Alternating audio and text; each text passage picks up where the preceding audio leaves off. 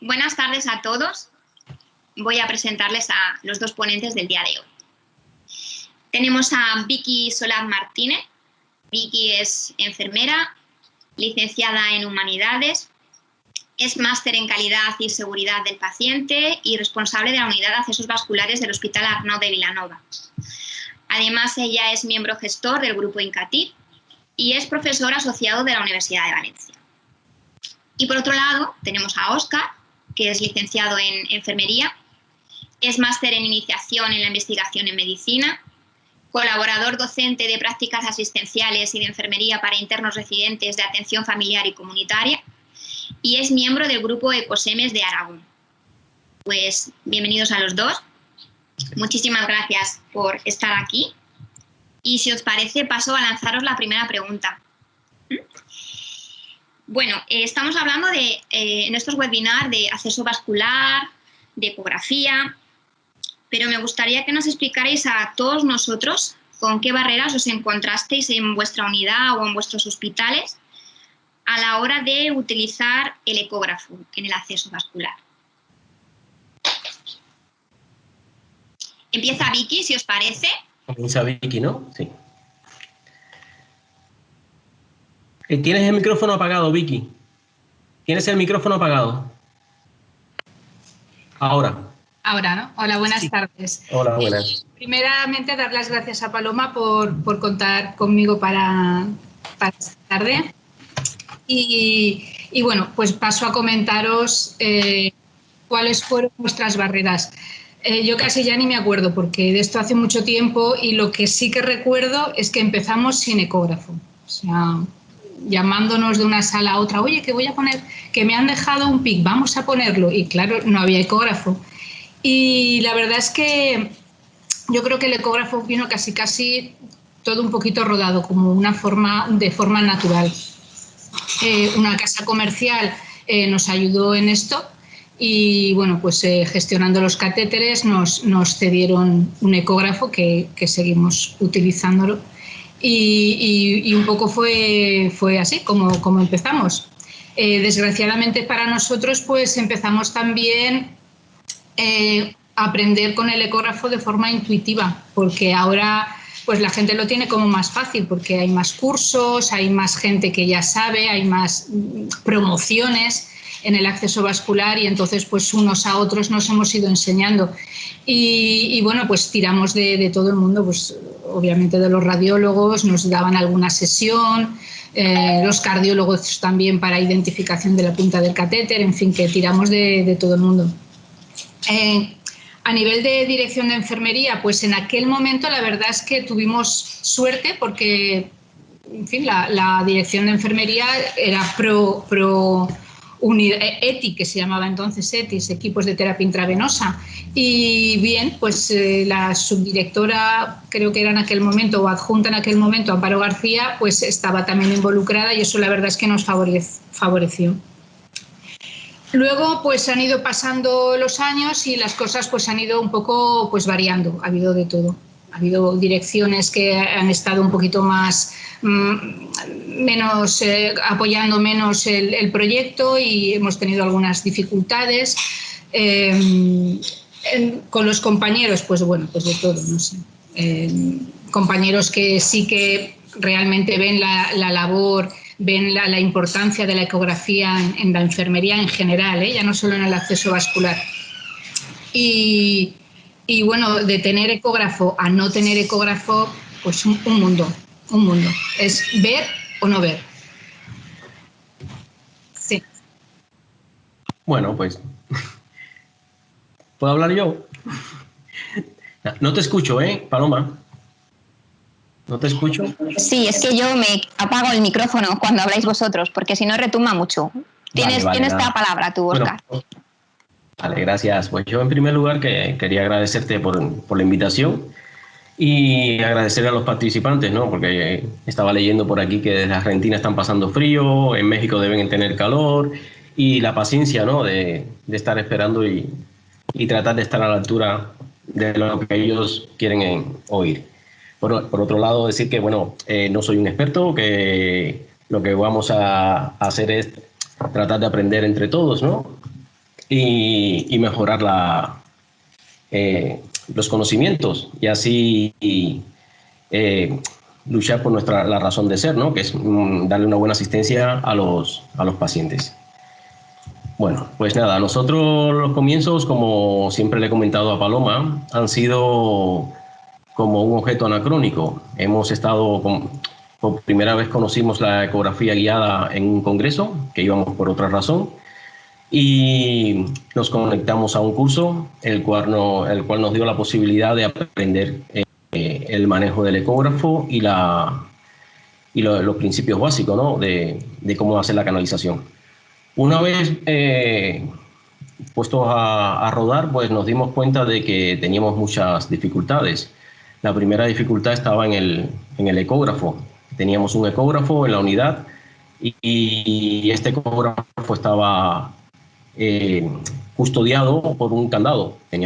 Estaba cerrado y teníamos que buscar el acceso a esta herramienta.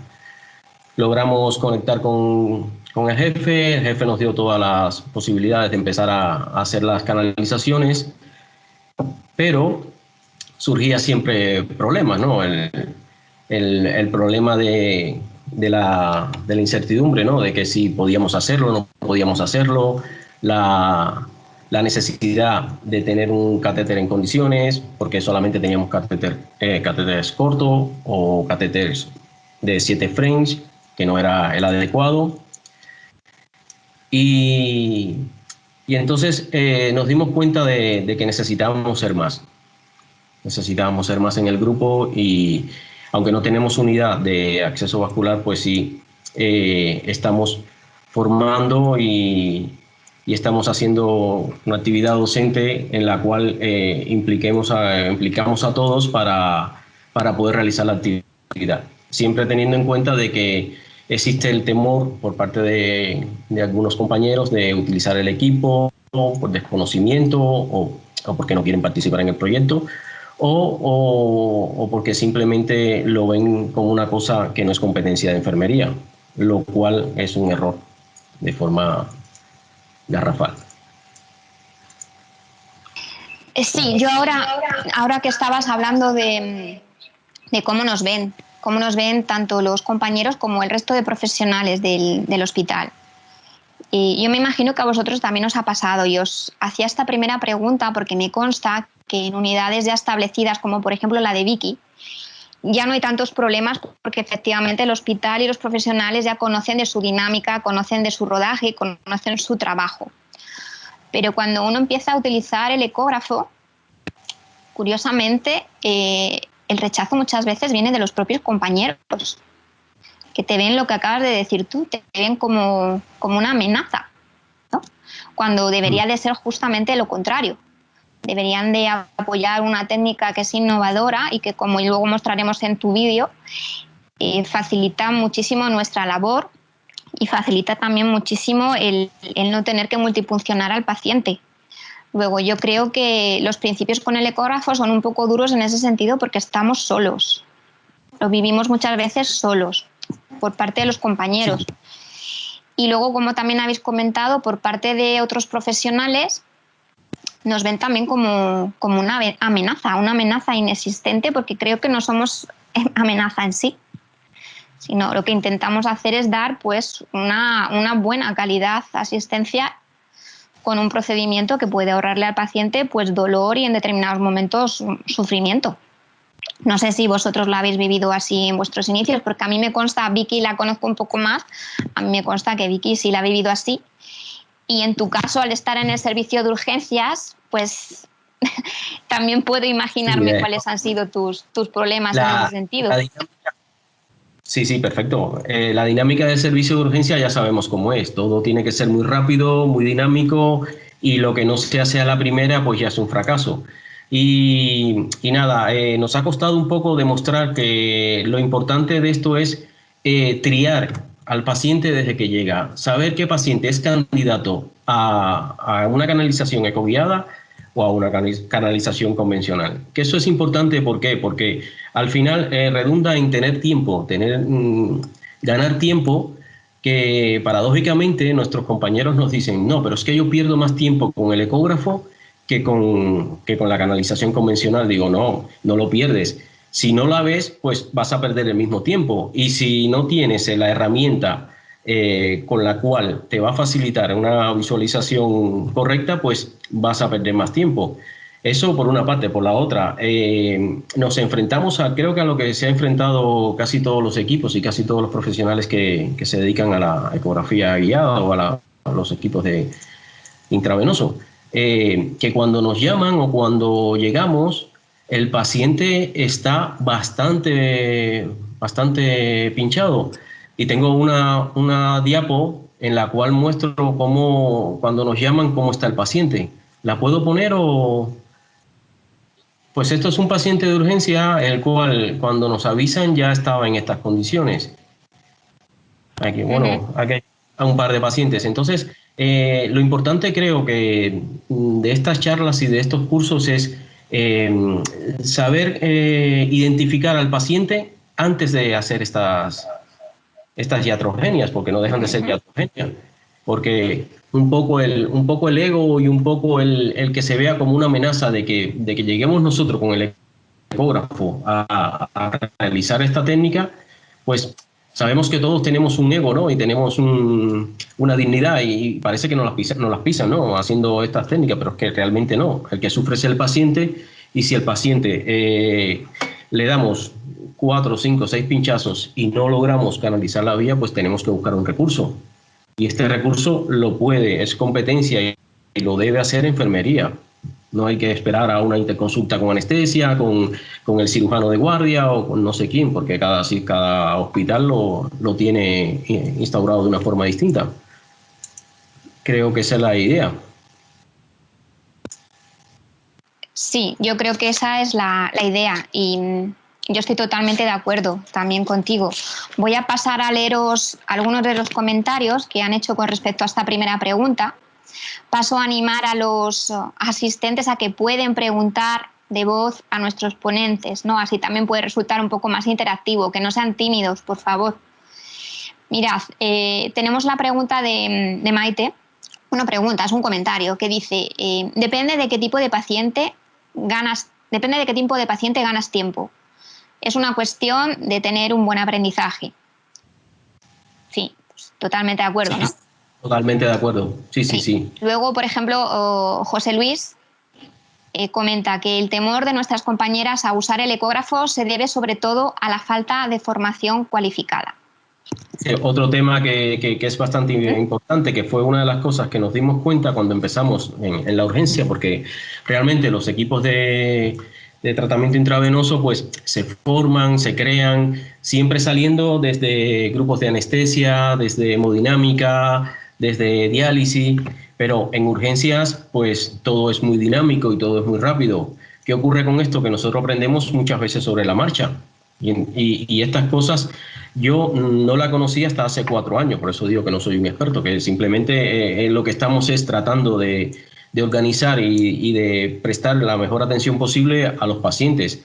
Tenemos una población adulta muy envejecida, con pluripatológica, que al mismo tiempo son frecuentadores, que cada vez que llegan al hospital hay que hacerle analíticas, hay que hacerle una serie de pruebas y que ya por regla lo tenemos protocolizado, canalizar una vía y automáticamente seguir todo el procedimiento. Entonces, creo que en urgencia sería el sitio, a pesar de que posiblemente sea el último que ha llegado a este mundo de la ecografía guiada, de que es un sitio para mí muy rico, es como un océano lleno de fauna.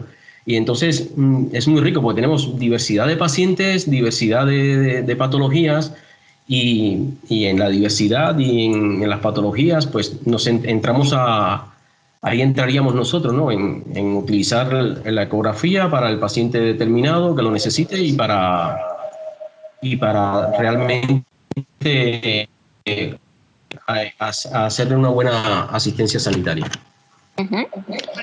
Yo quería añadir Estoy de acuerdo con Óscar de la importancia del uso del ecógrafo en unas puertas de urgencia, en un servicio de urgencias, por muchos motivos. Pues para hacer una punción arterial, para hacer unos gases arteriales es ideal. Una persona que llega hipotensa o que está anemizada, pues es a veces bastante complicado el poder hacer una extracción arterial para unos gases. Con el ecógrafo es facilísimo, o sea, es muy fácil. Una sonda nasogástrica, una sonda vesical, incluso una canalización de una vena, muy bien. Lo que yo no estaría, igual es de formación profesional, lo que no estaría de acuerdo es, vamos a ver, una cosa son las competencias que tú puedas tener dentro de lo que es la unidad de urgencias, pero una unidad de accesos vasculares tiene otras competencias.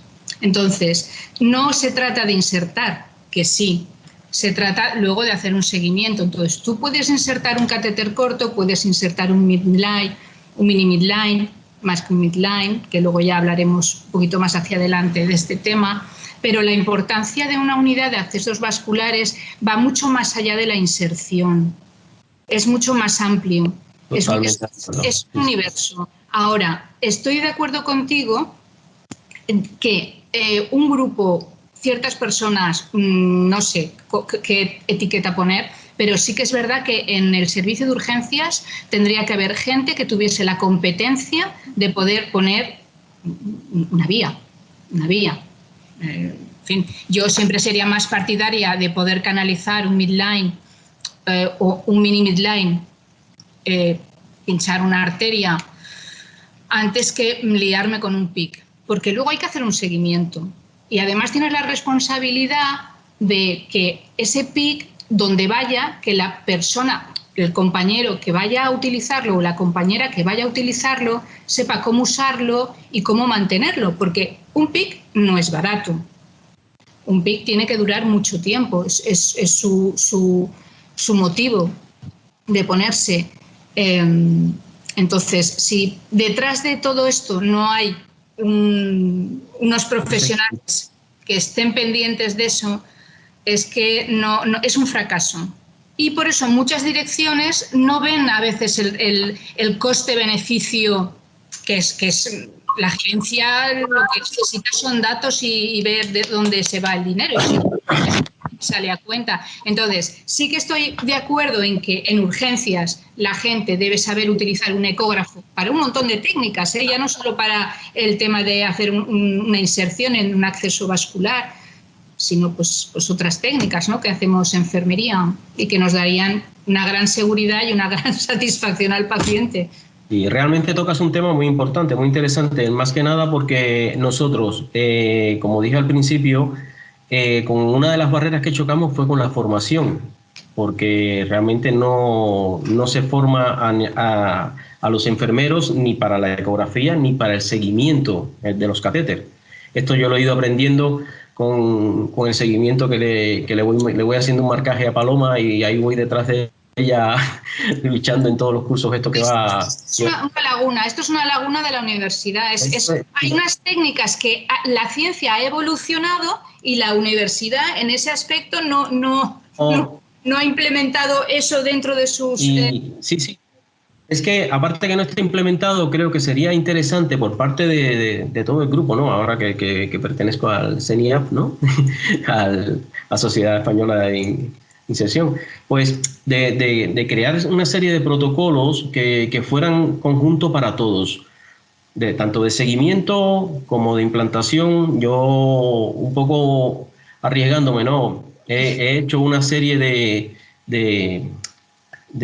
protocolos de seguimiento, de cómo seguir el catéter, de cómo hacer los lavados, y de hecho, como son tan pocos los catéteres que conecto, pues voy personalmente a ver a los pacientes, porque realmente en urgencia tenemos un déficit, que son los catéteres, que es que estamos obligados a morir con el 7 frame o a ponerlos cortos, que fue una de las barreras que también tuvimos al principio.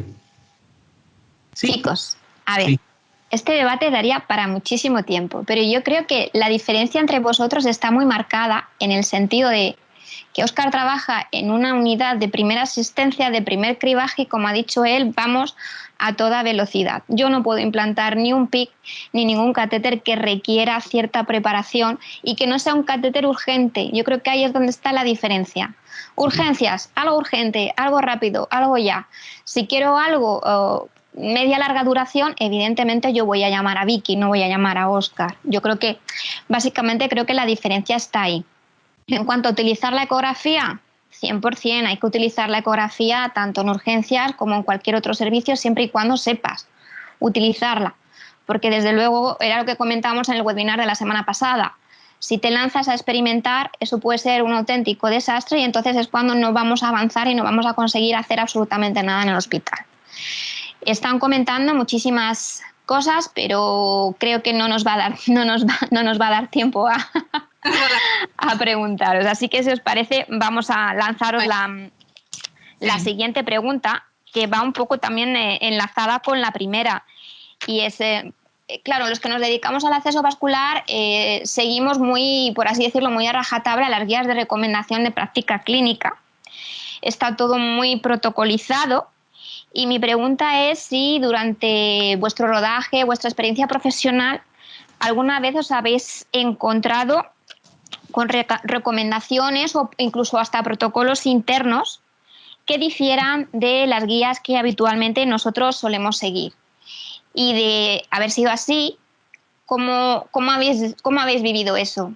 ¿Qué habéis sentido en ese momento? ¿Qué habéis hecho? Sí, hablando sobre las guías, el conocimiento de las guías, ¿verdad? Volvemos a lo mismo, ¿no? Un poco que nos metemos en el mundo de las guías y de los protocolos una vez que entramos, que tenemos el primer contacto con la ecografía guiada y con los catéteres de acceso periférico. Y sí, nos encontramos con muchos problemas. Cuando empiezas a conocer, empiezas a tener muchas dudas y empiezas realmente a discernir entre cómo se hacen las técnicas y por qué se hace así y por qué se hace de otra manera. Y nos dimos cuenta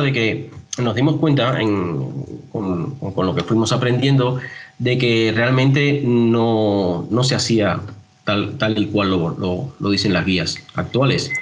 Entonces se lleva por una parte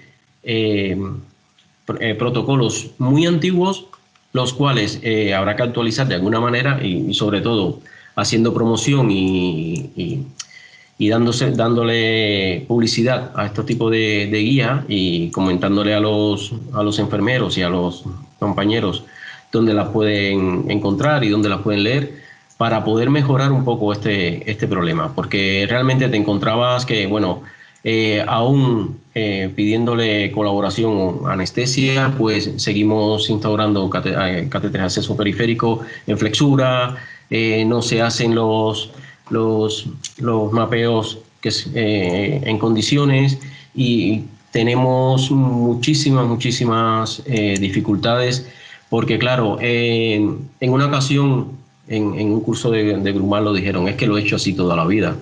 Y entonces, claro, el romper con una tradición cuesta mucho y sobre todo si esa tradición ya la tienes incorporada con 50 años. Y entonces te cuesta entrar en la dinámica de modificar, de entrar en las nuevas formas de actuación.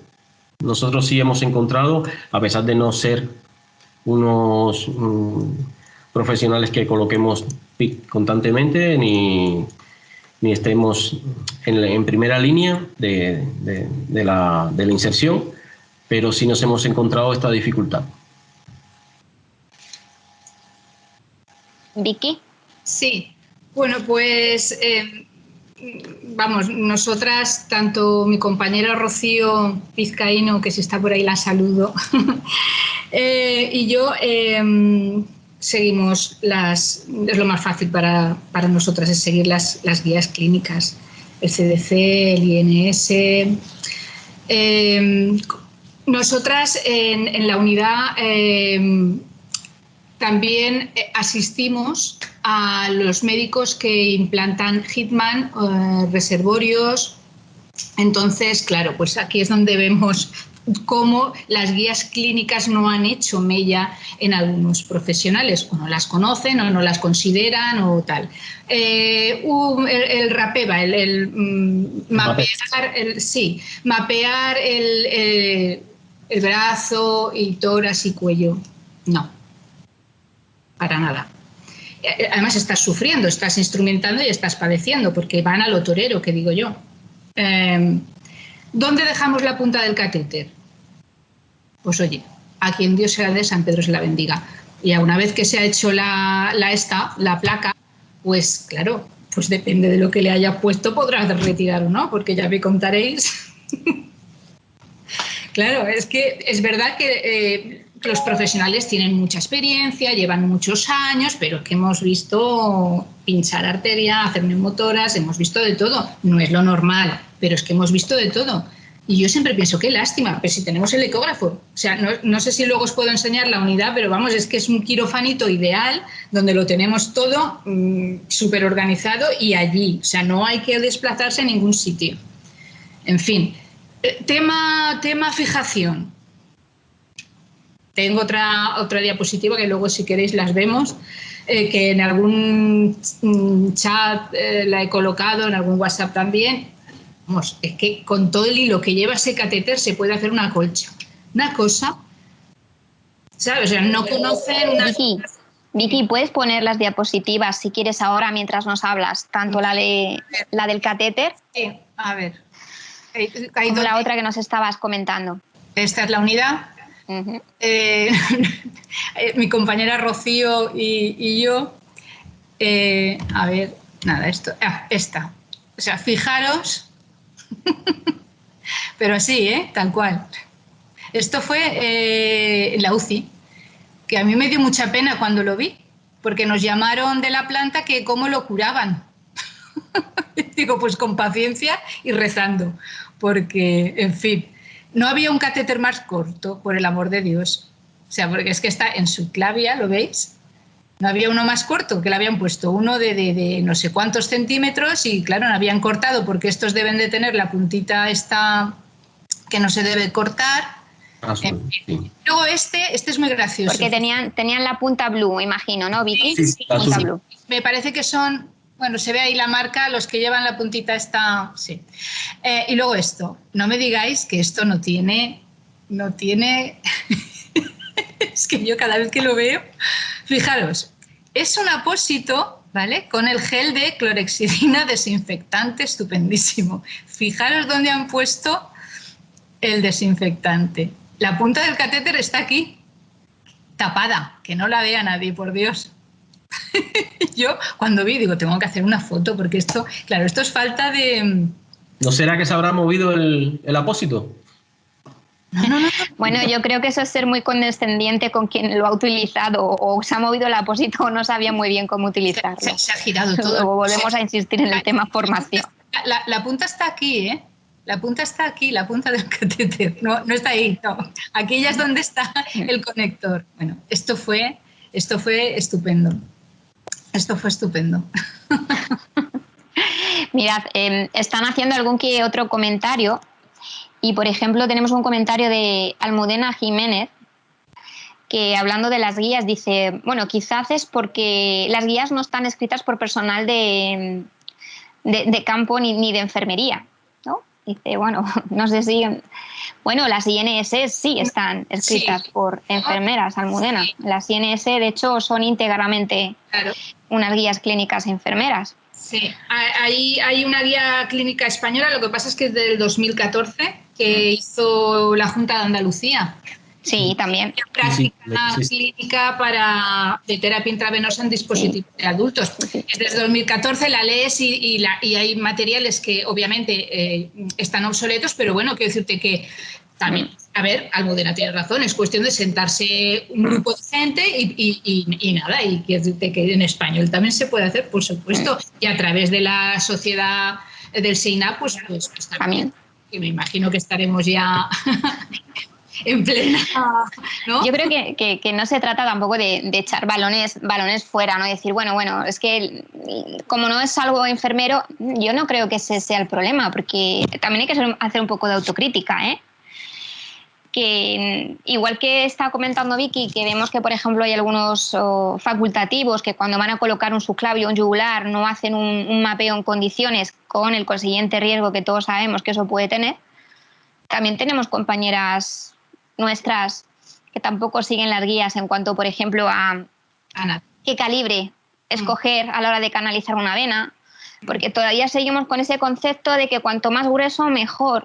Más cabe, sí. No. Es un problema, sí. No, ¿vale? O, por ejemplo, el no lavar entre fármaco y fármaco, es decir, lavar nada más que al inicio para comprobar y al final. ¿Por qué? Ahí todo eso es competencia nuestra.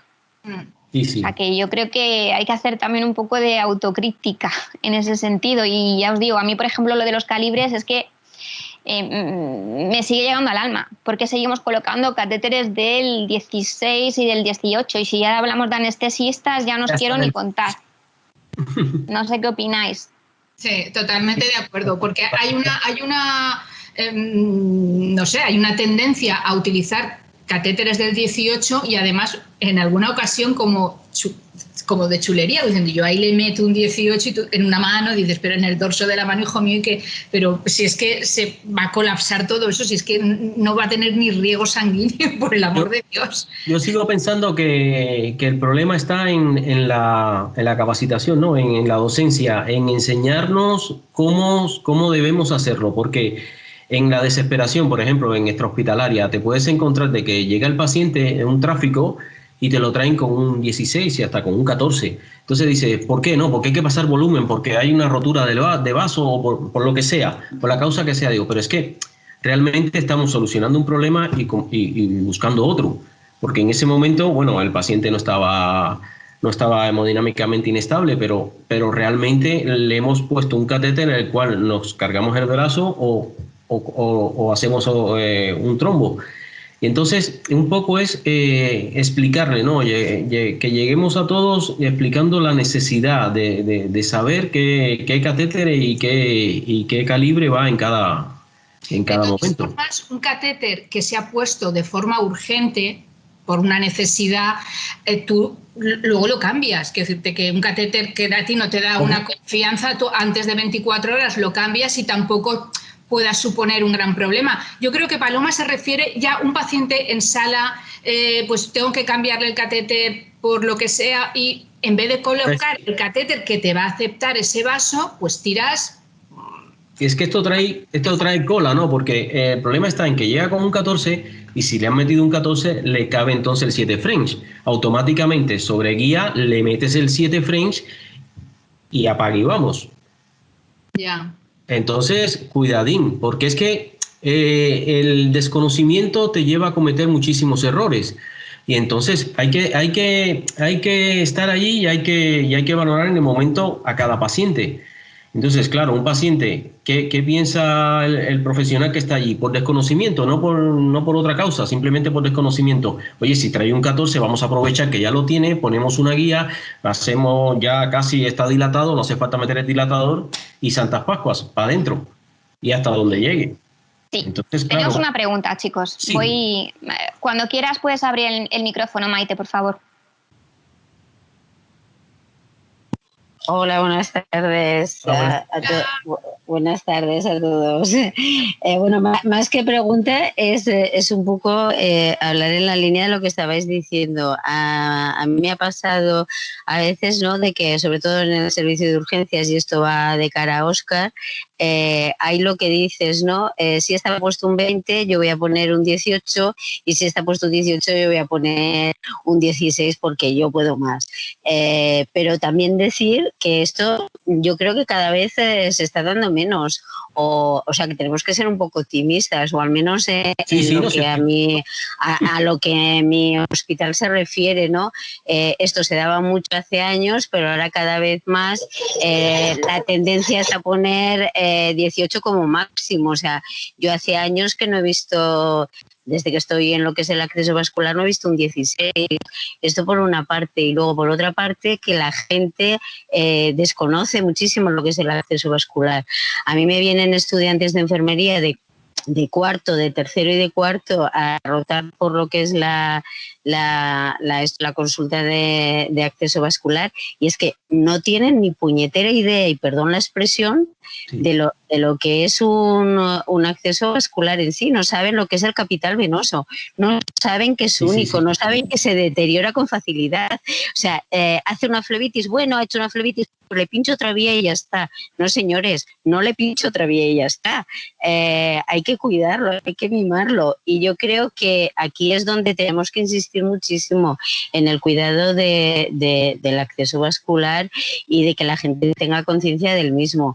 Y luego lo que es la ecografía, es que santa ecografía, es que yo Sí. como Vicky empecé a ciegas, y el día que me pusieron un ecógrafo en las manos dije, madre mía, Dios, ¿pero qué es esto? O sea, nada, o sea, vamos, es que es eso, simplemente decirlo, que cada vez vamos hacia mejor y que es donde tenemos que tender a ir. Y ya está. Sí, bueno, una ventaja que tienen los grupos de acceso vascular es que solamente el ecógrafo lo tocáis vosotras. Nosotros no, nosotros tenemos un ecógrafo el cual lo mismo estoy haciendo un cálculo de la vejiga que están haciendo un abdomen. Entonces, volviendo a lo de la docencia, hay que insistir en la docencia para que todo el mundo sepa cómo funciona el ecógrafo y perdamos el miedo. Porque claro, esa es la otra, que nos encontramos a veces de que no veo nada, pero no veo nada, porque no está la sonda correcta, no está bien la profundidad o no está bien el calibrado del equipo y nos trae problemas. Es aportar algo, Vicky, porque están también haciendo muchas preguntas y ahora voy a pasar a leerosla. O sea, que si quieres aportar algo... Nada, aportar... hay que dar formación a nivel de accesos vasculares, formación para enfermería y luego poder monitorizar esa información. Nosotros en la Comunidad Valenciana desde hace unos años tenemos un programa INCATIF y toda la Comunidad Valenciana está metida dentro de ese programa. Entonces, tiene unas ventajas, que es que continuamente estamos dando pequeñas formaciones que luego se monitorizan. Por ejemplo, el tema del utilizar un 22 con toda naturalidad y no utilizar un 18. Esto se ha conseguido en muy poco tiempo. Utilizar los apósitos transparentes semipermeables de la misma manera, pero a nivel de toda la comunidad, que eso es muy importante, que todo el mundo trabaje de la misma manera en todos los hospitales y que todo el mundo maneje el mismo tipo de material. No que en un hospital tengan mejor material que en otro, etcétera, etcétera. Esto es muy importante. O sea, que ya no es una cuestión de docencia, sino también de monitorizar esa docencia para saber qué resultados estamos obteniendo y si lo que estamos haciendo lo estamos haciendo bien. Nada más. Sí, sí. Os voy a leer algunos de los comentarios que están haciendo, porque también tenemos muchos asistentes que son de fuera de España, son de México, por ejemplo. Y nos están haciendo comentarios como, por ejemplo, el por qué un 18. Hay otra persona, por ejemplo, Magali, nos dice que en el hospital donde ella trabaja, anestesia puso, digamos, por norma que toda embarazada con o sin complicación se utilizara un 16G en México, que es lo que están haciendo ahora, y nos dice qué podemos hacer al respecto y qué recomendaríamos. Yo me gustaría que también insistierais aparte, porque aparte del calibre y de efectivamente el tamaño del diámetro de la vena del paciente, otro factor a tener en cuenta es el tipo de sustancias que vamos a administrar. Eso también hay que tenerlo en cuenta, no es lo mismo un cristaloide que un coloide o que una nutrición parenteral, algo muy denso. Entonces eso también hay que tenerlo en cuenta. Pero, por ejemplo, en el caso de Magali, pues nos pregunta eso, que qué pueden hacer cuando ya tienen establecido por norma que a toda paciente hay que colocarle un 16. Bueno, sí, yo creo que esto es más de urgencia, ¿no? Yo, si me dejas, Vicky, lo... Sí. Vale, nada, yo en principio yo creo que la pregunta a Magali sería si lo hacen con ecografía o sin ecografía. Esto. Y lo otro, si lo hacen con ecografía, saber si realmente respetan el tercio de la vena que hay que dejar libre para poder canalizar la vía. Porque bueno, si la paciente tiene una tubería de 3/4, pues no pasa nada. Le puedes poner el 16 que lo admitirá. Pero no sé en qué estudios habrán basado para hacer eso. Porque por ordeno y mando sería una iatrogenia brutal. Y yo creo que en ninguno, que no se han basado en ningún estudio, Óscar. Hay determinados servicios que creo que es lo que dice Magali, por ya estipulado 16-18 y sin ningún argumento, seguramente. Ya nos lo dirá ella ahora. Vicky. Nada, yo estoy de acuerdo con Óscar. Si tú tienes una vena que te da el calibre, pues bueno, en fin, no sé, en el caso de urgencias, ¿no? Para este caso que nos preguntan, ahora lo que sería un error es meterle 16 en cualquier sitio, en el antebrazo, en el dorso de la mano, en un sitio donde tú ya sabes que ahí no te va a dar la vena. O sea, es que vamos, no sé, es imposible. Yo con un ecógrafo veo, vamos, ya quisiera yo meter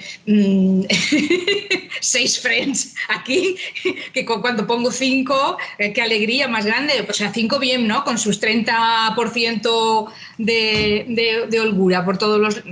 No sé, yo... No sé tampoco los criterios que tendrán, pues igual, no sé si es que tienen las embarazadas, pues es que no sé, la verdad, que muchas sangrantes o que se desangran o que, no sé, es que tampoco, como no entiendo mucho de obstetricia, no sé, pero yo qué sé, con cualquier guía clínica de acceso vascular, vamos, solo con que presente lo que dice el INS, ¿sabes? Pues... Tampoco es que lo vaya a decir la compañera, sino que lo está diciendo una guía clínica o un consenso, no sé, los consensos de Gabalcet, los de Wokova, que hay mucha literatura como para poder argumentar un cambio de criterio. Sí. Oye, veo ahí que totalmente de acuerdo. Hoy en día hay muchísima guía de práctica clínica en la que nos explica el porqué y de no hacerlo cuáles pueden ser las consecuencias. Claro. Y yo creo que también parte de nuestra función es intentar ir sembrando e ir inculcando no solo en nuestros compañeros, sino también en el personal médico este tipo de recomendaciones, ¿no? Bueno, totalmente de acuerdo y muy agradecidos ellos también, la mayoría de las que saben. Ellos saben. Y muchas otras no la saben pues porque no es su campo de acción. A mí me pasa continuamente. Lo que hablábamos hace un rato, el desconocimiento te lleva a cometer errores los cuales si nadie te los corrige, pues entonces continuarás haciéndolo toda la vida. Sí. Voy a haceros otro comentario de Patti y pasamos a la siguiente pregunta. Patti lo que dice es que en el caso de su país, volvemos también de nuevo a México, es que los médicos no permiten un consejo o propuesta de mejora. ¿Qué hacemos si los médicos no admiten un consejo o propuesta de mejora? Pues estamos con conflictos. Cruzando la frontera, sabemos que en Estados Unidos los enfermeros llevan la voz cantante en muchas cosas y nada, como siempre queremos copiar al de al lado, pues que se fijen en lo que tienen al lado. Que sería interesante, ¿no? Ver cómo los enfermeros e incluso hasta los paramédicos manejan el ecógrafo. Una cosa que está diciendo Patti, que no la había leído porque viene debajo, es que dice que...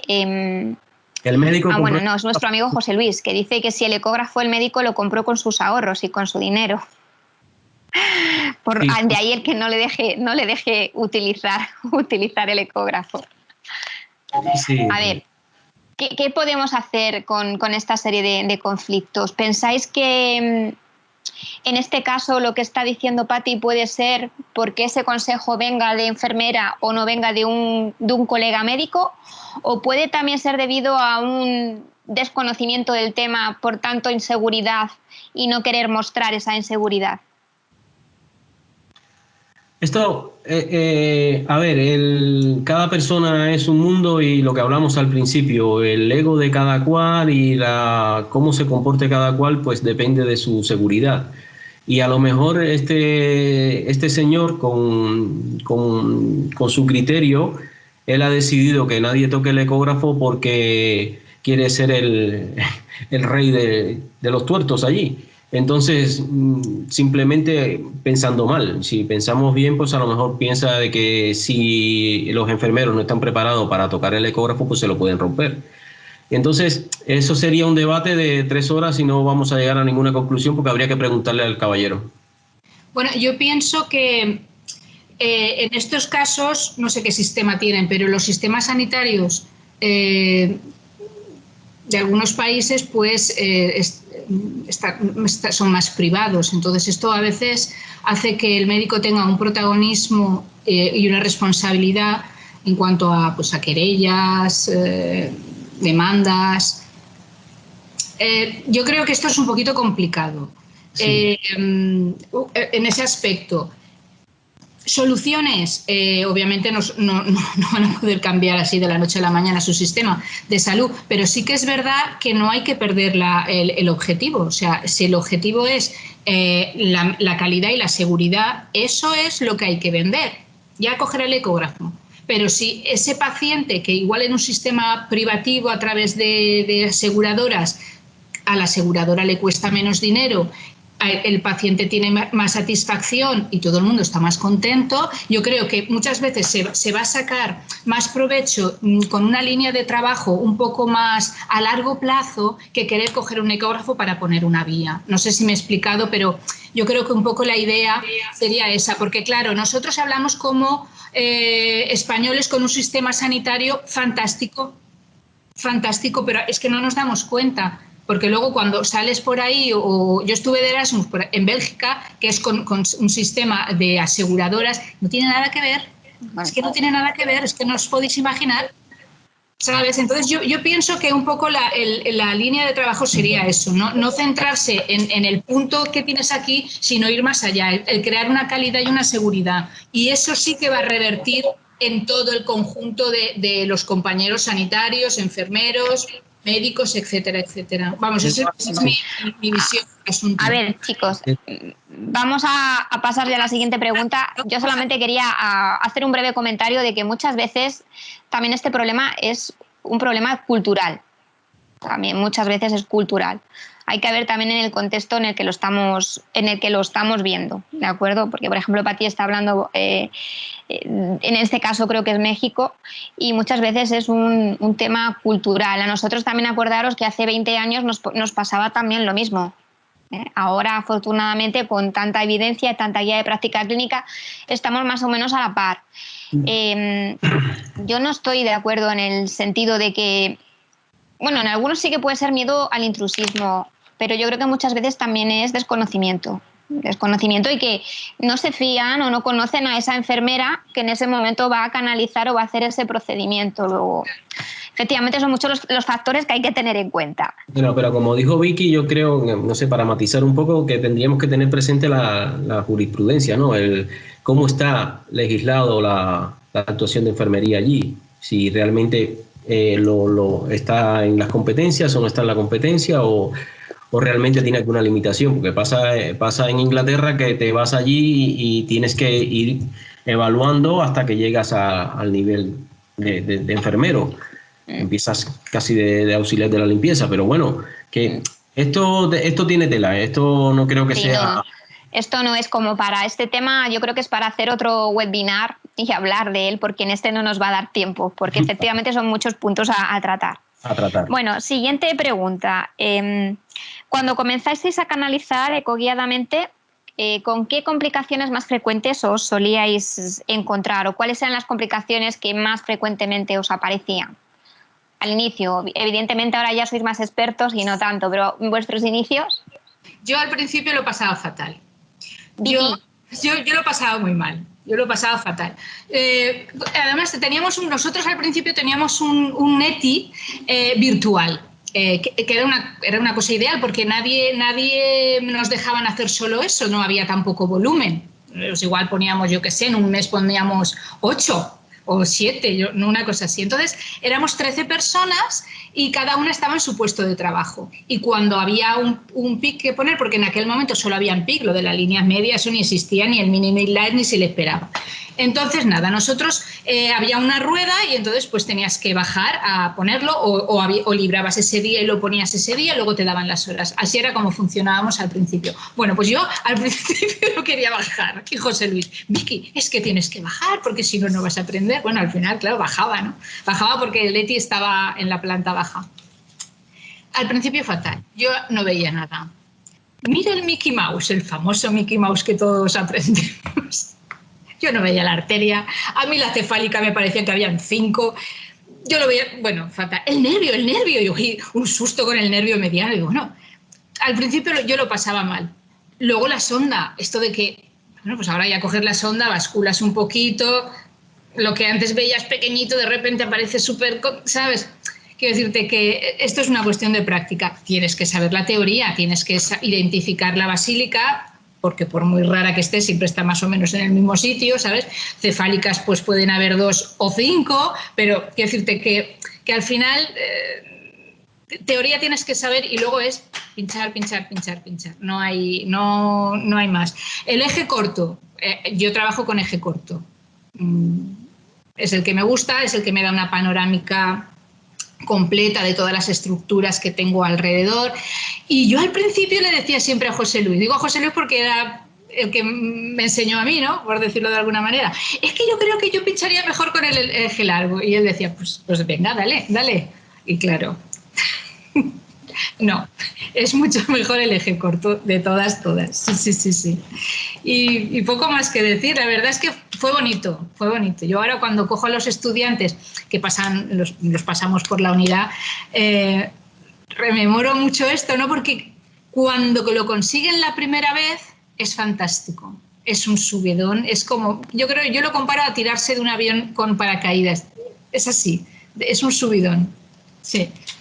Sí, no, desde luego que es un chute de adrenalina y da mucha emoción, ¿no? De decir, lo he hecho, lo he logrado y el paciente se queda satisfecho. Ese día te vas a casa y duermes como un niño, que hay que ponerte este pañal. Pero bueno, los problemas del principio, las barreras y las complicaciones, pues siempre son muchas. Vuelvo al desconocimiento, cuando comenzamos, pues a nosotros en el curso hasta que no empecé a ir a los cursos de Paloma, pues trabajamos con catéter corto, con los Avocat de toda la vida. Y que si cogíamos flexura, que si cogíamos antebrazo, que si por aquí, por allá. Pero bueno, ya una vez, oye, esto por aquí no funciona, esto no va bien, no hay forma de canalizarla, pues llegabas con el ecógrafo y aunque fuera en flexura o aunque fuera un poco en antebrazo, en brazo, pues te encontrabas con que cogías, canalizabas con tu Avocat, refluías, sacabas la muestra de sangre, lo hacías todo y automáticamente cuando fijabas el vaso estaba trasvasado. Pues, ¿y aquí qué pasaba? Pues muy sencillo. Era un paciente o una paciente obesa que mientras que estabas allí colocando y presionando, estabas en el vaso. Cuando automáticamente soltabas toda aquella masa, subía y se retiraba el catéter del sitio. Y eso era una complicación que para nosotros yo decía, pero qué frustración más grande si lo he cogido, ¿dónde está? Oye, pues tiene un brazo y eso, claro, eso genera un poco de desconfianza porque la gente al principio decía, oye, pues esto es genial, mira, lo he cogido. Y ya todo el mundo se estaba lanzando a cogerla, pero claro, no nos habíamos dado cuenta de que eran catéteres muy cortos y que en pacientes obesos no daba la talla.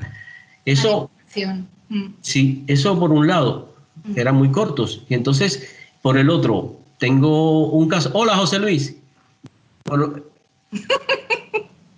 ¿Qué? ¿Estás jugando con el ordenador hoy?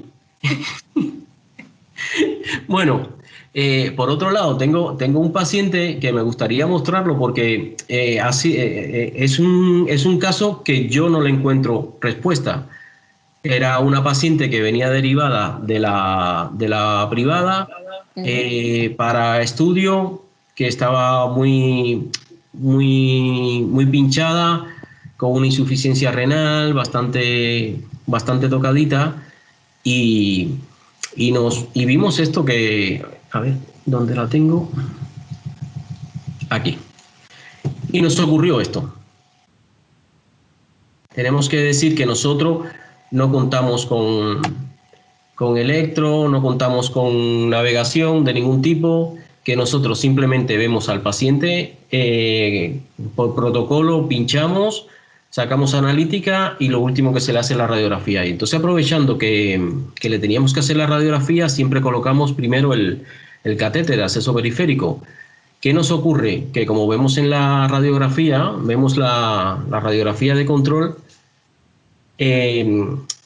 normal, la paciente no tiene ningún problema aparentemente vascular. Sin embargo, vemos en la segunda imagen como ambos catéter, porque bueno, colocamos el primero, le hicimos una radiografía de control y como nos queríamos aprovechar que estaba el portátil, el técnico de radiografía, en el box de vitales, pues le dijimos que no se fuera, que buscara otra placa y hacerle otra radiografía sin retirar el catéter anterior. Y nos encontramos que la paciente en las dos ocasiones que la pinchamos, pues nos hizo el mismo recorrido. Una cosa que para mí la conservo como una anécdota y una imagen que no le encuentro respuesta. ¿Qué pensáis? ¿Me veis? Pues ¿Me oís? a ver, a mí en los dos brazos he de decir que no me ha pasado nunca. Me ha pasado en un brazo en pacientes oncológicos con fibroadenomas o con masas torácicas, por ejemplo, en pulmones. Hay veces que ocurre esto también, el catéter no te progresa. Pero pasarme en los dos laterales, como te está pasando a ti en esta placa, he de confesar que nunca, nunca. No sé, Vicky, pero a mí ya te digo en los dos brazos. A ver, también al principio sí que es cierto que no sé con qué material contarás. Pero sí que es cierto que todo este tipo de complicaciones también es muy frecuente cuando no tenemos kits de micropulsión y tenemos también guías que no son guías de nitinol ni son guías floppy. Muchas veces esto también pasa, ¿eh? Depende también mucho del material con el que cuentes. Sí, el material con el que cuento sabemos que es muy escaso, ¿no? El 7 frames de toda la vida y que tenemos allí, y no sé si lo utilizarán en todas las urgencias, pero es que se han encaprichado en dejarnos a nosotros ese catéter que es, aparte de largo, hasta 60 centímetros, que la mitad se queda fuera, como dice Vicky, como las imágenes que nos ha mostrado Vicky, y que un 7 frames realmente es un catéter bastante grueso. Y luego, por ejemplo, quería también hacerte el comentario de que, por ejemplo, esta complicación también suele ocurrir no bilateral, como te ha pasado a ti. A mí estas complicaciones he de confesar que me aparecían al principio, cuando no tenía demasiada experiencia ni con el ecógrafo ni con la punción ecoguiada. Con posterioridad ya no me han pasado tan frecuentemente, a no ser, ya te digo, que el paciente tuviese algún tipo de fibroadenoma o algún tipo de masa tumoral en tórax. Entonces eso también puede estar relacionado con el tipo de catéter y el material. Por eso digo que el material también es sumamente importante a la hora de utilizar la ecografía. El material del catéter también influye. Pues yo es que no le encuentro respuesta. Debe ser eso, que el material del catéter no es el adecuado, porque esto fue una paciente que al final se quedó con una periférica aún necesitando una vía central. Es cuestión de volver. Mándanos tu imagen y la vamos viendo y en el chat, si quieres, también lo podemos ir comentando, porque también estoy recordando ahora que ese tipo de complicación no bilateral, pero unilateral, también pasa en pacientes cuando tienen lo que es en la zona del hombro, lo que es la angulación entre la clavícula y el hombro, en lugar de la angulación normal a 90 grados que tenemos todos, la tienen un poco más aguda a 45. Cuanto más aguda tengas la entrada en la zona, más te va a costar entrar el catéter, más lo vas a forzar y mayor posibilidad vas a tener de que el catéter se te lupe y vaya hacia donde no tiene que ir, como ha sido, por ejemplo, tu caso. Yo realmente no tuve resistencia con la guía. Entraba bien, no tuve ninguna dificultad. Pero sí. Os voy a enseñar dos imágenes para que las veáis. Un nudo de la guía. ¡Cling! Pero nudo, ¿eh? Ahí, yo solita. Horrible. Lo pasé fatal. Y luego mirar este. Un lazo que hice. Este no es mío. Pero fijaros ahí, plim, plim, plim, lo que hay. Este, desde luego, es de un mal material. No vamos a decir casas, pero obviamente la punta no es del nitinol. Y bueno, no sé. Y aquí, pues exactamente me la mandaron y digo, pero bueno. Y metieron y aquello se fue como enrollando en el mismo Claro, ya llega un punto en que ya el catéter no les avanzaba, claro que les iba a avanzar, si está hecho un ovillo ahí. Bueno, esas eran las dos fotos que quería decir. Y nos están haciendo comentarios con respecto a vuestras fotografías. Por ejemplo, hay comentarios de que es verdad que es cierto que el material influye. Mucho. Por ejemplo, también están comentando, Óscar comenta que la maniobra de extender el brazo en un ángulo de 90 ayuda. Claro que ayuda, Óscar, es cierto, pero hay veces que la anatomía es la que es. Incluso aunque angules el brazo, lo muevas, lo subas y lo bajas, es complicado. Hay otro tipo de truquillos para que no suceda esto, pero bueno, pues como por ejemplo que seguramente Vicky habrá utilizado, es el utilizar una guía un poco más rígida. Sí. Por ejemplo, en el caso del problema anatómico de Óscar, en esta angulación había un lado que estaba casi a 45, si te fijas en tu placa, una de las clavículas estaba más baja que la otra, a lo mejor ese también puede ser el problema. Ahí ya no te va a servir con extender el brazo o no, vas a tener que utilizar una guía un poco más rígida para poder pasar por la zona. El mismo catéter, si es de 2 luces, meterle la guía, también por la otra luz, le das un poquito más de consistencia, que es lo que hacen los de vascular, los de radiología intervencionista, tiran de guía para darle... Claro, con una diferencia, tienen la fluoroscopia y están viéndolo directamente. No, claro, no, pero por lo que decía Paloma, de darle un poquito de rigidez, metiéndole pues eso más dureza, pues la guía, la misma guía que tú ya has sacado y que la tienes encima de la mesa, si tienes 2 luces, se la metes por la otra luz. También estaba comentando, por ejemplo, Maite ha hecho una buena apreciación. Lo que pasa que en el caso de la apreciación de Maite dice por una estenosis. Si es por una estenosis es porque no hemos hecho un buen mapeo. Yo no sé qué opináis vosotros, pero si ese paciente tiene una estenosis y nos hemos encontrado con eso es que no hemos mapeado como debíamos. No sé qué opináis. Posiblemente, ¿eh? Posiblemente. En el caso de esa paciente, ¿no? Creo que era una señora, igual habría que haberse detenido más tiempo y haber visto, vamos. Bueno, ten presente que se curva mucho más arriba de la axila, que el mapeo lo harás y ya te quedas ahí un poco arriba a tórax y... A ver, el mapeo hay que hacerlo en el cuello, en la subclavia, en el brazo. El mapeo se hace en las 3 zonas, porque si tú imagínate que... si la señora o el señor no flexiona bien el cuello o tú no aprietas con la sonda para que no se te suba hacia la yugular y en esa yugular tienes un trombo y tú tiras con el ¿sabes? Eso es un efecto adverso que te va a hacer una complicación. Entonces, tú sí que tienes que mapear todo, no solo tu brazo. Tú tienes que mapear tu cuello, ver la yugular interna, la yugular externa, la subclavia.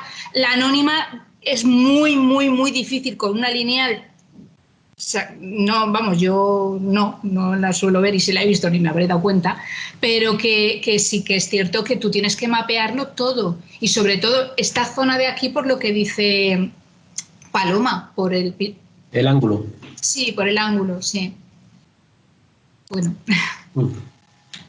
Sí, es así. Por ejemplo, Óscar antes ha hecho un comentario de que, por ejemplo, él debe de preferir el eje longitudinal, el plano longitudinal, y Óscar Jiménez ahora, por ejemplo, está diciendo que el problema de insistir en introducir el catéter es correr el riesgo de lesionar la íntima de la vena y, por consiguiente, una lesión mecánica y favorecer el desarrollo de trombos. Creo que no es eso lo que estamos diciendo. Yo, al menos, quiero entender que no es eso lo que estamos diciendo. Estamos hablando de cuando tienes una complicación de este estilo durante la inserción. Si tú evidentemente tienes algún problema durante la introducción de la guía, como dice Vicky, tiras de ecógrafo porque para eso está. Si yo tengo un problema a la hora de introducir un catéter y veo que la guía no me entra, yo no voy a estar con la guía entrando y saliendo. Yo voy a usar el ecógrafo y vuelves a mirar a ver por dónde va. Hombre, cuantísimas veces. O incluso echar un poquito de suero fisiológico para ver dónde... Claro. Realmente con esta paciente yo no tuve dificultad en la inserción. Ya. Y por eso que no encuentro la respuesta. Vamos con la siguiente pregunta, que esta yo creo que también va a ser bastante interesante para los que nos están viendo porque trata sobre mini midline. Yo sé que Óscar no tiene tanta experiencia con mini midline, pero por ejemplo Vicky sí que tiene mucha experiencia con mini midline. Entonces, es preguntaros qué opinión os merece el mini midline. ¿Qué opinión os merece? Y la siguiente pregunta, que sí que podéis responder también los dos, es ¿qué opináis sobre los catéteres periféricos cortos cerrados? Porque es verdad que estamos muy especializados hablamos de PIC, línea media clavicular, midline, pero existen otro tipo de catéteres. ¿Qué pasa con los de toda la vida, con los periféricos que siempre hemos usado, con los mini midlines que acaban de aparecer ahora? ¿Qué opináis? Yo, a mí el mini midline, siempre lo he dicho, o sea, fue por de la necesidad se hace virtud, pues algo así. Porque al principio tampoco los médicos sabían pedir, entonces cualquier paciente que en sala no se le podía canalizar, pues que le pongan un PIC. Y claro, al final decía, si nos van a cerrar la pared, estamos gastando mucho. Y se nos ocurrió, bueno, pues con un laboratorio, a ver qué nos podrían traer, algo que nos durase tiempo, pero que fuese una inserción parecida al PIC, que lo pudiésemos hacer con el ecógrafo. Bueno, total, nos trajeron un material que luego hubo que cambiar el etiquetado. Era para arteriales. Nada, pues 11 centímetros mide un catéter de ese tipo. Se pone con una Seldinger normal, no modificada, y puedes tener el catéter 30 días, un mes. ¿Qué tipo de pacientes? Pues un paciente que necesite una vía periférica y que no la tenga que llevar 4 meses. Obviamente, pues estos mini midline, a ver, 30 días, pues ya no va a depender de nosotros. Es lo que he comentado al principio de la sesión, va a depender de los compañeros, de cómo se cuide, de cómo se lave, de si saca sangre, cómo luego vuelves a lavar bien ese catéter con 20 de suero fisiológico, cómo cierras el catéter, etcétera, etcétera. Y la verdad es que es un catéter muy socorrido y yo pienso que es el catéter ideal para urgencias y que todo el mundo supiera poner ese catéter como quien pone un aparato de tensión, sinceramente, con tu ecógrafo. Le veo muchas ventajas. 7 días, 8, 10, 12 días funcionan de impresión. Igual a partir del 15 días, si la gente no se ha esmerado un poquito, pues ya la cosa también es verdad que ranquea. Y también depende del material. Si es un material bueno, hay casas que utilizan, porque les es más barato, el mismo material que utilizan para un PIC, simplemente es que cortan menos. Entonces te aseguras una cierta calidad y además te das cuenta porque te duran más. Esto es así. Y porque haces mejor las extracciones de sangre durante más días. Es verdad que igual un mini midline los 5 o 6 primeros días saca sangre fenomenal y luego te puedes encontrar con que no, o con menos alegría. Tienes que estar, a ver, mueve así, haciendo un poquito de contorsionismo. Y por lo demás, con respecto a los sistemas cerrados, bien, un sistema cerrado, aparte que es un poquito más caro, igual no tendríamos que ponérselo a todos los pacientes. Estamos hablando de un catéter corto, solo que su sistema es un sistema que lleva incorporado tanto lo que son ¿cómo se dice? Las alargaderas, la conexión de alargadera. Las conexiones. Lo lleva todo conectado, lleva la aguja, lo lleva todo, con lo cual ahí no sale sangre por ningún lado, súper limpio, y luego lleva unas alitas para que sujete mejor. Y luego lo que es el catéter, o sea, lo que va introducido dentro del vaso es poliuretano. Es un tipo de vialón,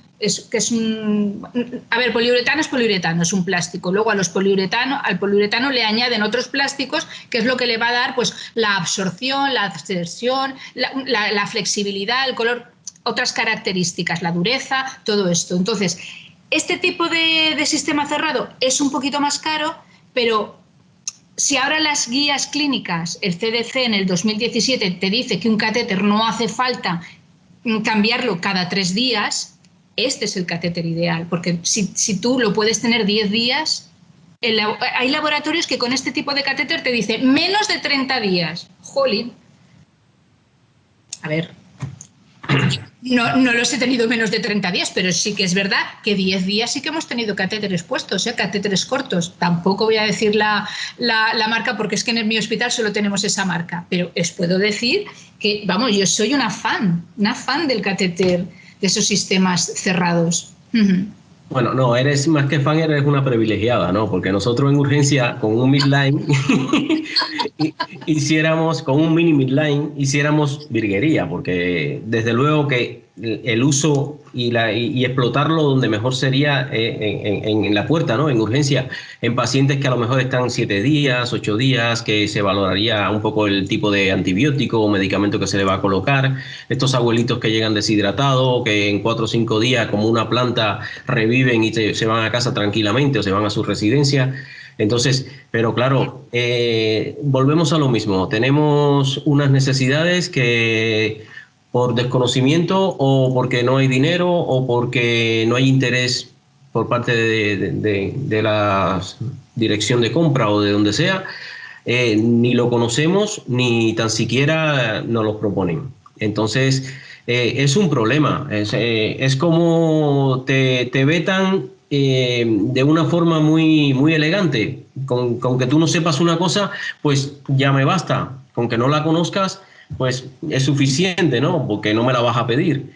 Y entonces, claro, si no lo conozco, si no lo veo, si no me llegan en estos días que hemos estado aquí un poco preparando y me digo, pero si es que esto sería lo ideal, porque a mí me llega un paciente no vamos a decir un paciente de infeccioso, porque a lo mejor necesitaría un midline, ¿no? Que estaría unos 15 días, unos 20 días o más, hasta el mes, ingresado, pasando el antibiótico, haciéndole sus hemocultivos, pero un paciente que llega con la calidad de paciente que tenemos ahora, octogenario, que se le canaliza una vía para la muestra de sangre, saber que en 3 o 4 días se le realizará un control y que hidratándolo solamente se va a reponer, pues eso sería el catéter ideal, pero claro, tenemos un problema, yo no sé si es por déficit económico o porque no queremos abrirnos al mercado.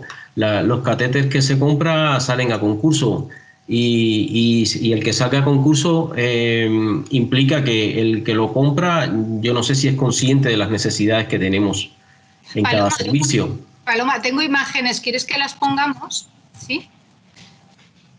Los midline pueden tener hasta 8 centímetros, 11, 8 y diferentes formatos. Los hay, estos que van así como una punción directa, va todo en el mismo. Estos que son con técnica Seldinger. Y luego, este es el sistema cerrado. Es un catéter corto, pero es un sistema cerrado. Esto es lo que antes la palabreja no me salía. Funcionas, la sangre sale por ahí, no sale sangre a ningún lado, cierras la pinza. Normalmente suelen llevar 2 bioconectores, uno ya viene puesto, este es con el que pones el otro bioconector que viene en la cajita y ya pues purgas el catéter. Esta es otra casa. Tienen estas salitas, que esto va muy bien para el tema de los decúbitos. Que en los abuelitos, por ejemplo, es una pena. Y algunos de estos catéteres aceptan presiones altas, 330, que eso está muy bien a la hora de hacer un TAC o alguna prueba que necesite presión. Lo que estabais diciendo de los sistemas cerrados y del mini midline. Es verdad que el mini midline ha sido el último de los catéteres en entrar en el mercado, pero sí que es cierto que yo también opino lo que vosotros. Es versátil en determinado tipo de pacientes. Digamos que está a caballo entre lo que es el periférico convencional y el midline. Yo creo que sí que hay ciertos pacientes que son susceptibles de tener un mini midline y determinados servicios también. Viendo un poco la infraestructura y la estructura de vuestro hospital, ¿en qué servicios pensáis que se podría utilizar el mini midline y en qué tipo de pacientes, por ejemplo? O si se podría utilizar también en atención domiciliaria para determinado tipo de tratamientos. ¿Qué opináis? Sí, como siempre, bueno, creo que sería importante primero hacer un cribado, ¿no? Del paciente, qué tipo de paciente. El paciente geriátrico sería un buen candidato a un mini midline. Algún paciente que ingresaría simplemente por hacer alguna prueba en el caso de que necesitara una ecografía guiada, porque bueno, si no se le coloca un ABOCAT normal. Y se utilizaría, yo creo que sería muy útil en el servicio de infecciosos, en urgencias, no sé, en cardio, por ejemplo, no sé, se me ocurre así, en medicina interna, es importantísimo porque sería, la mayoría de los pacientes son octogenarios, así que creo que esa sería la idea de la utilización. No he tenido la suerte de utilizarlo porque me pasaría como a Vicky, ¿no? Me enamoraría del catéter allí y sería un defensor ultranza del catéter para poder trabajar más cómodo. Y de hecho, teniendo en cuenta que lo podemos utilizar de 8 a 10 días o a 15 días, pues sería un catéter ideal para estos ingresos de estancia corta media. Bueno, yo os estoy de acuerdo con él y os voy a contar una anécdota por lo que decís. ¿Qué tipo de paciente? Pues un cirujano que tenga que operar todos los días y lleve un antibiótico cada 8 horas. Cuando estuve haciendo el estudio en el 2015, una doctora se había operado el pecho y tuvo una complicación y tenía que ponerse un antibiótico cada 8 horas. Entonces la pobre, el día que operaba, se quitaba el catéter y se volvía, una vez que terminaba la jornada, se volvía a poner otro catéter para tal.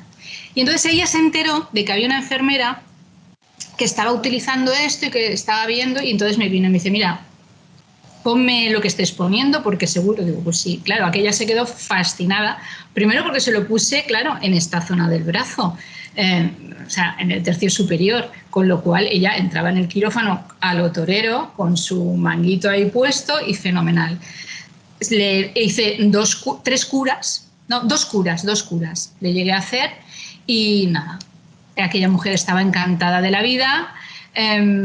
No tuvo que coger la baja, ella siguió operando, que era su mayor problema, porque es que ella se tenía que quitar el catéter, porque claro, si no, no podía entrar al quirófano.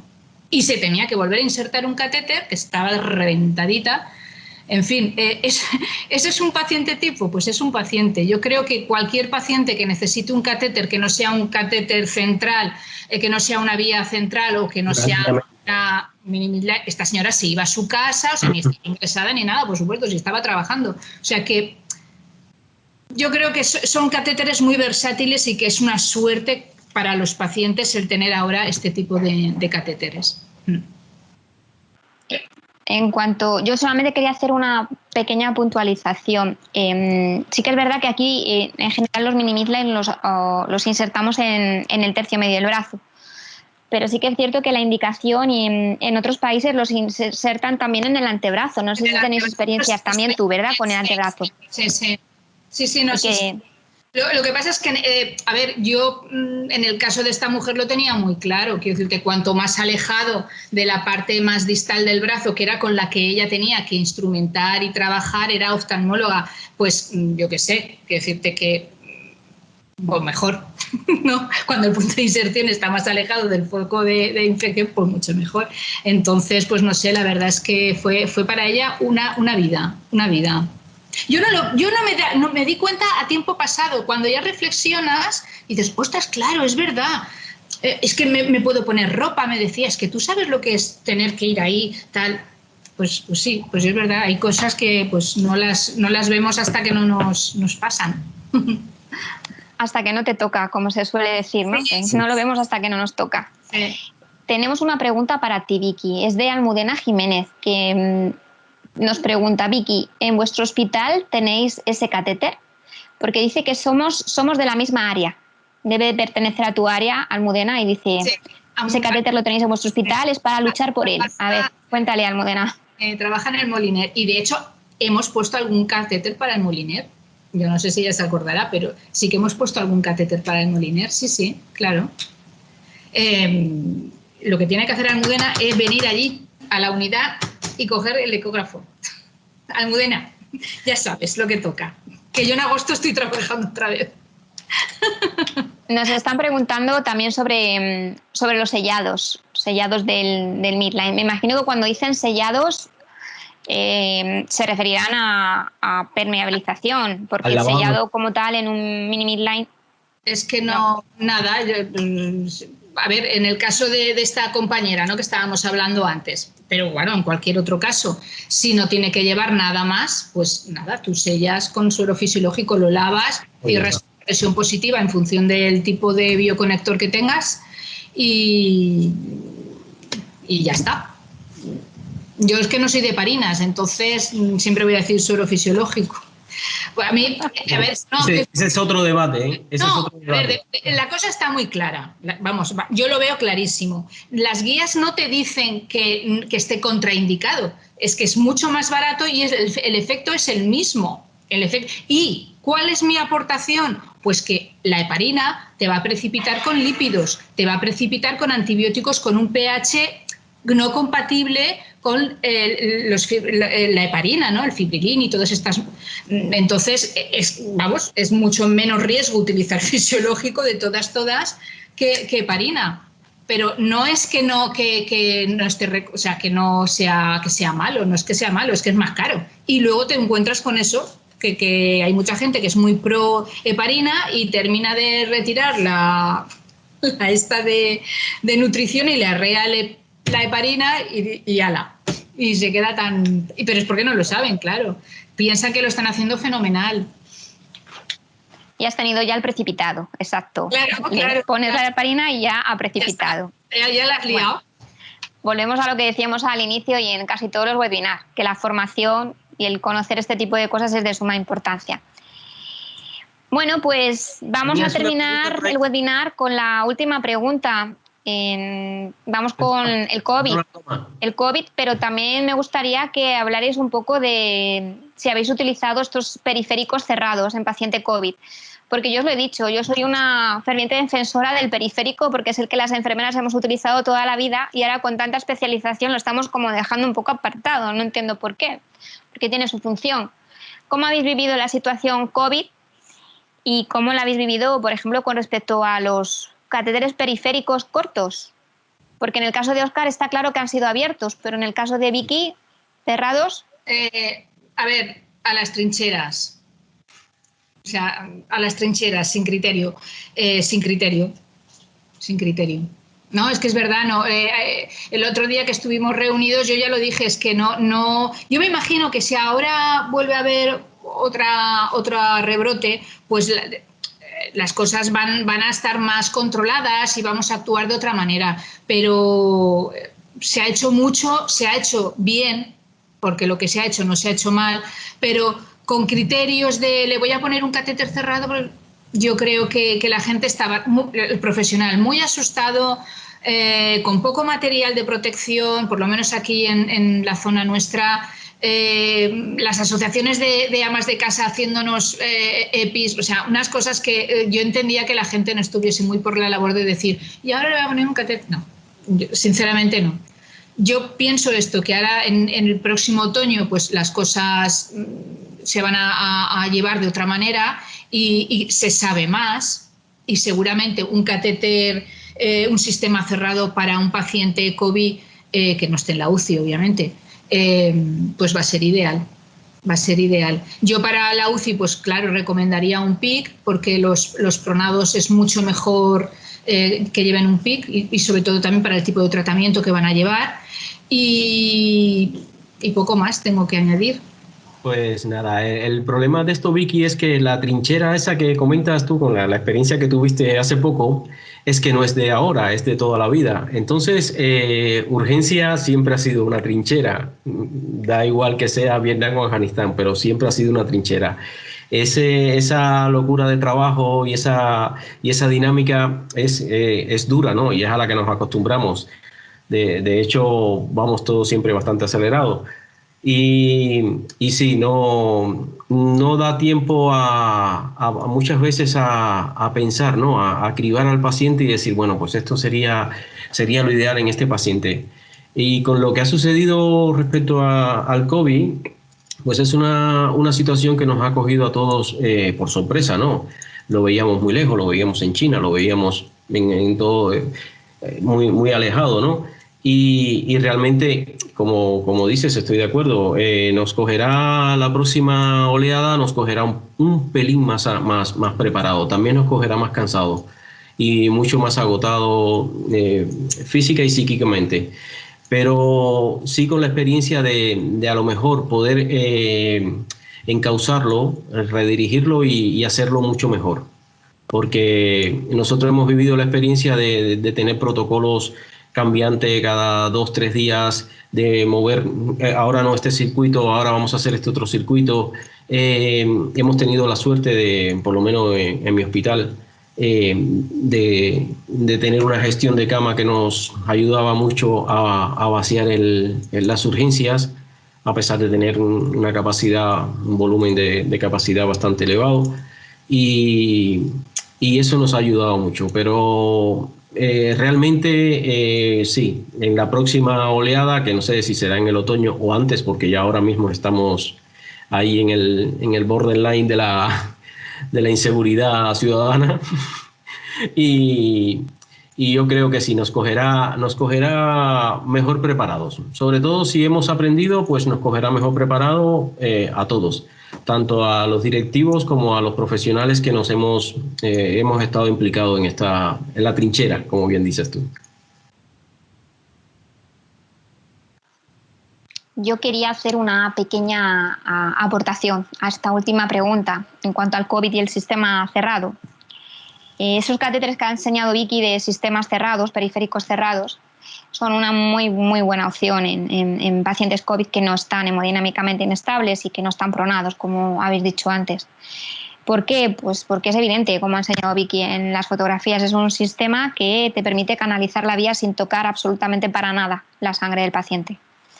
Luego, riesgo de inoculación accidental 0 y de salpicadura 0. Luego es el catéter ideal en este tipo de pacientes, ¿no? Vamos a terminar con una matización que ha hecho Nancy Vaquera cuando estabais hablando, cuando os había hecho la pregunta del sellado del mini midline.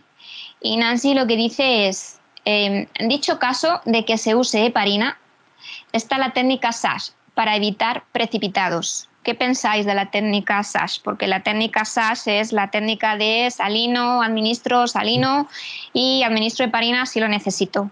¿Utilizáis esa técnica? A ver, se trata pues eso de limpiar el catéter antes de poner la heparina para que no hayan precipitados en el caso, por ejemplo, de lípidos o de antibióticos con un pH. A ver, yo no la utilizo porque me parece caro. Es que a mí me parece caro, no es necesario, o sea, no tiene sentido el cebado del catéter, hablando de un midline o de un PIC, ese cebado que esté lleno de heparina que en unas horas pierde también sus propiedades. Que no me parece mal que eviten precipitados de esa manera, es correcto, pero económicamente no tiene sentido, es caro. Estoy de acuerdo con Vicky totalmente, ¿no? De que y optimizar el tiempo, porque también si realmente lo lavas el espacio muerto y sabes que lo tienes todo bien perfundido, pues no necesitas más. No hay necesidad de aumentar. No por aumentar, no por hacer más, se mantiene el catéter.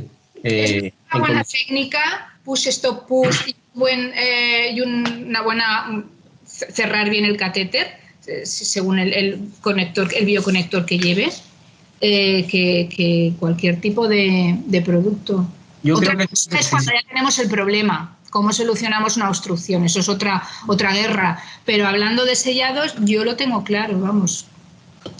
Sí. Lo que te ahorras por un lado, te lo gastas en catéter. Yo quiero aprovechar ahora que ha salido este tema o esta pregunta de Nancy Vaquera, deciros a todos los que nos estáis viendo ahora mismo que el webinar de la próxima semana justamente trata de esto. Vamos a hablar con Delia Patlani y con Aurea Morado sobre cuidados y mantenimiento. Luego yo creo que todo ese tipo de preguntas las podéis también reservar para la próxima semana porque el webinar es justamente ese. Óscar, hemos intentado poner tu vídeo, pero es imposible y como también vamos muy mal de tiempo, lo que vamos a hacer va a ser que junto con la grabación del webinar lo vamos a juntar si te parece bien, para que todos lo puedan ver. Sí. ¿Sí? Nada, una cosilla. Habían hecho una pregunta de la utilización de la línea media y la presión venosa central. Había una pregunta por ahí, no sé quién la había hecho, es que ahora mismo no la localizo.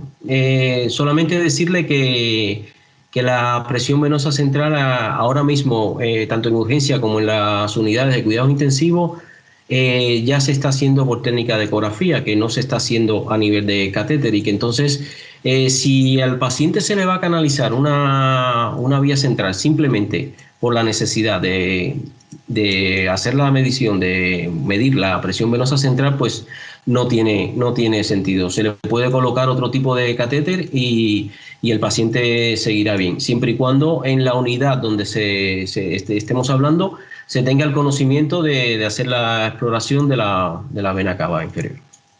Solamente eso, porque lo había visto por ahí, me llamó la atención que sí, pero es que no, como van subiendo las preguntas y soy chico, tengo 2 neuronas. Sí, yo es que no la había visto tampoco, la de la medición de la presión venosa central.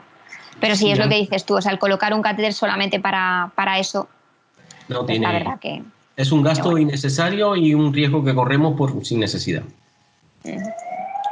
Bueno, pues muchísimas gracias a los dos, que ha sido muy enriquecedor. Yo he aprendido mucho y también me lo he pasado muy bien con los dos. Muchísimas gracias a ambos.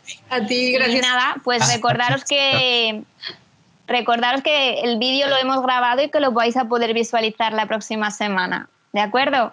Estupendo. Vale, de acuerdo. Muchísimas gracias. Buen fin de semana a todos. Gracias por la atención. Adiós. Hasta luego. Hasta luego.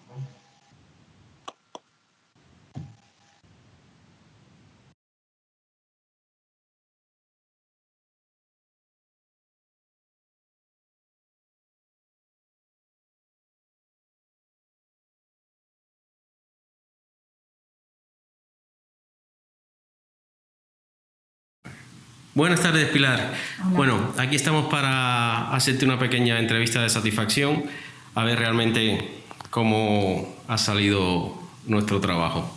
Queríamos preguntarte primero, en primer lugar, ¿cuántas punciones o intentos de canalización te realizaron ayer? Entre 10 y 12. Yo creo que 12 conté. Entre 10 y 12. Solamente en el bracito izquierdo, que nos estás enseñando. Vale. ¿Y los intentos de la canalización cuando se realizó con el procedimiento de la ecografía?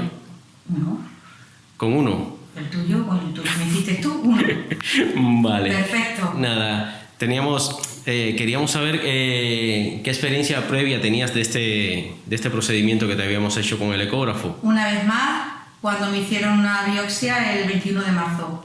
Y ahí también me pincharon muchas veces y al final el ecógrafo pues tuvo que hacer la misma técnica. Vale, perfecto.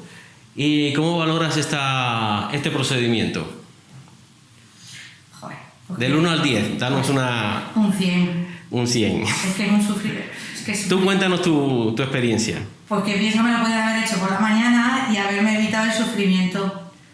Vale. De estar con los 12 pinchazos aquí. Vamos, no sé. Sí. Siempre y cuando exista el recurso. Eso claro, es importante. Que me lo pregunto que por qué no lo tenemos. Vale. Y ya por último te voy a preguntar, ¿recomendarías este tipo de procedimiento a otros pacientes con las características que llevas tú, un brazo que es difícil de pinchar y...? Claro que lo recomiendo. Es que yo vendría muy a gusto si tuviéramos esto aquí.